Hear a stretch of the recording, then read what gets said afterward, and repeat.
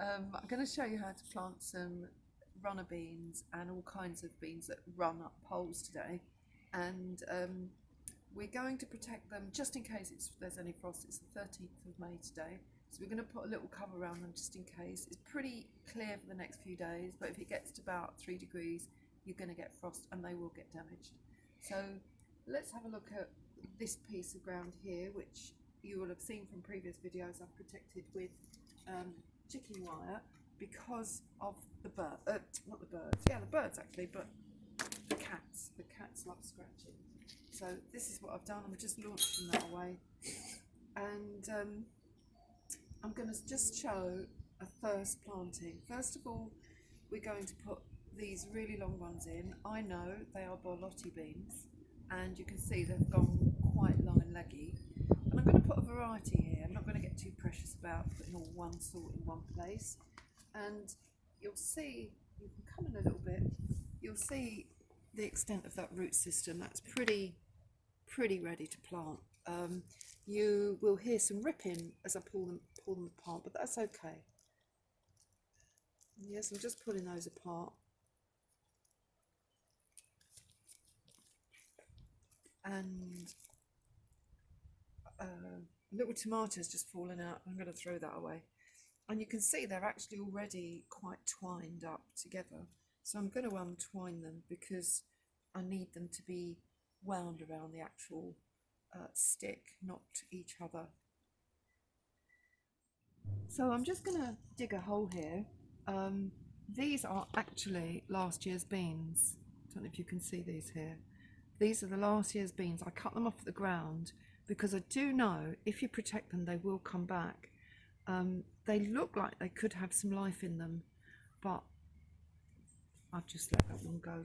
So I'm gonna dig a hole right here like this. I'm gonna leave those old last year's beans there, see what they do. And just for good measure, I'm gonna add some compost that I've made, just a little bit like that. So I'm making quite a big hole, and I'm gonna plant just one down there. Put it quite deep. Pull it round like that. Perhaps put a little bit more on the top compost. Then I'm going to make an attempt, they don't always behave to start with, at rolling these round like that. Yeah, you see what I mean? They come straight apart. So somehow or another, I have got some clips. I will try and clip that in place. They just need to be shown how to climb. Not ever, when they come straight out of the ground they know exactly where to go, but because they haven't been around anything at the moment, their habit has been to twine around each other and not actually up a stick. So it will only take a couple of days before they're learning to go up the stick. So what I'm going to do with these other two is I'm going to put those in different places around the base there, and I'll show you what that looks like after. So what you can see is I've planted 3 plants around one cane. They're clinging on marginally because their habit hasn't been to cling to that cane because they've been indoors or they've been on a patio under the cover. So what I'm going to do is I'm going to put a little clip. These are from last year's. Just going to put a clip around there just to sort of encourage them to stay upright because they will just drop down. But there's 2 things I'm going to add now. And that is, I'm going to put, this is a borlotti seed. I'm just going to push that down, you know, with a long finger length. And I'm going to put one down this side. I trust you can't see that right now. But so I'm just going to put 2 in because as these start fruiting and producing more, you've got new ones coming up.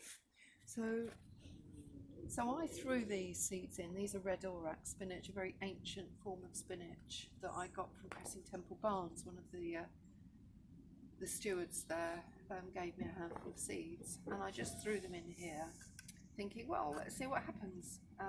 They do just wild seed everywhere. And when I first set these canes up last week, I wasn't sure whether I was going to take these seedlings out or not, but I'm going to leave them in actually, because maybe another foot or so, we've got decent spinach plants that we can pick. So while they're growing and they're starting to grow, I'm going to put some squash along the front here.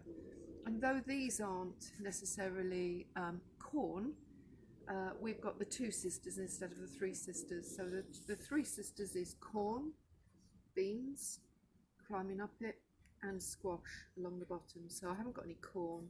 So we're just going to have the two sisters, which is the beans climbing and the squash along the bottom. And what the squash does is it protects the ground, retains moisture because it's got such a climbing habit along the ground, and it means that our beans get constant moisture through the spring and summer.